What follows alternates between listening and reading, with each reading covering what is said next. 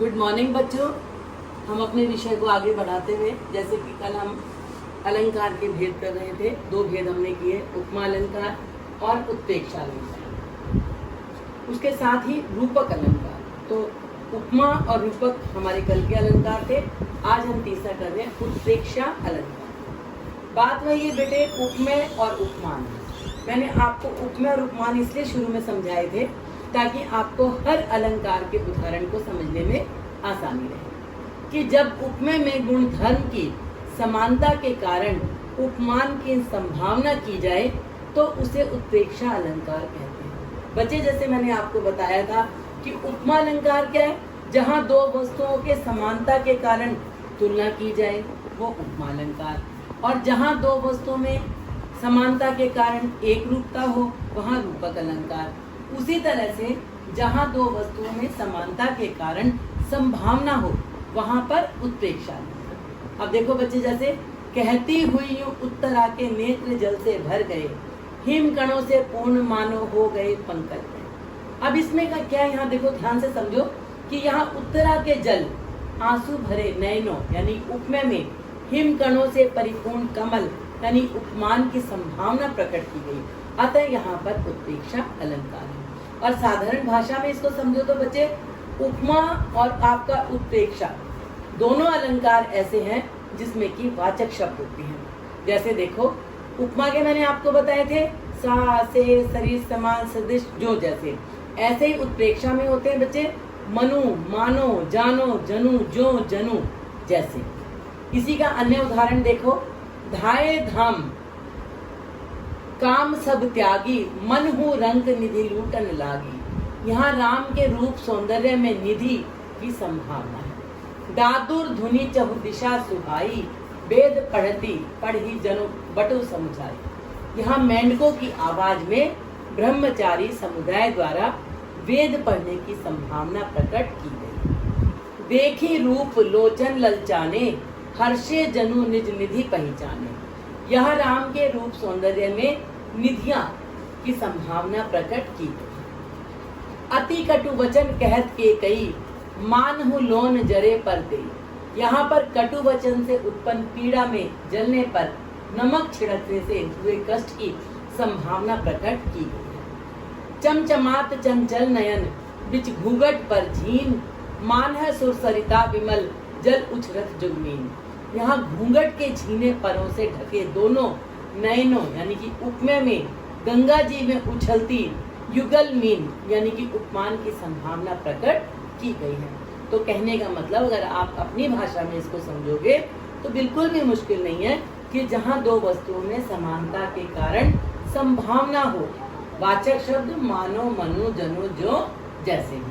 अब बेटे अगला भेद हमारा है अतिशयोक्ति अलंकार। अब ये अतिशयोक्ति अलंकार में क्या होता है, जहाँ किसी बात को बहुत बढ़ा चढ़ाकर हम कहते हैं। जैसे कि जहाँ किसी व्यक्ति वस्तु आदि को रूप गुण सौंदर्य आदि का वर्णन इतना बढ़ा चढ़ाकर किया जाए कि जिस पर विश्वास करना कठिन हो, वहाँ अतिशयोक्ति अलंकार होता है। जैसे एक दिन राम पतंग उड़ाई, देवलोक में पहुंची जाए। अब राम पतंग उड़ा रहे हैं और कहाँ पहुंच गई, देवलोक में पहुंच गई।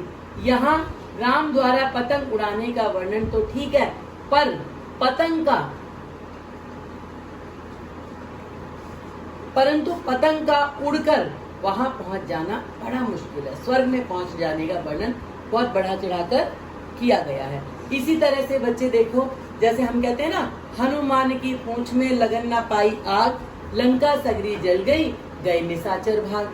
अब हनुमान की पूंछ में आग भी नहीं लगी है और लंका जो है सारी जल गई, राक्षस भागे। एक तुमने और सुना होगा, राणा ने सोचा इस पार जब तक चेतक था उस पर।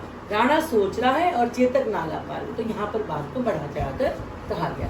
अगला भेद बच्चे हमारा है मानवीकरण अलंकार। शब्द से ही आपको समझ में आ रहा है कि जब जड़ पदार्थों और प्रकृति के अंग, नदी, पर्वत, पेड़, लताएं, झरने, हवा, पत्थर, पक्षी आदि पर मानवीय क्रियाओं का आरोप लगाया जाता है, अर्थात मनुष्य जैसा कार्य व्यवहार करता हुआ दिखाया जाता है, तब वहाँ मानवीकरण अलंकार होता है।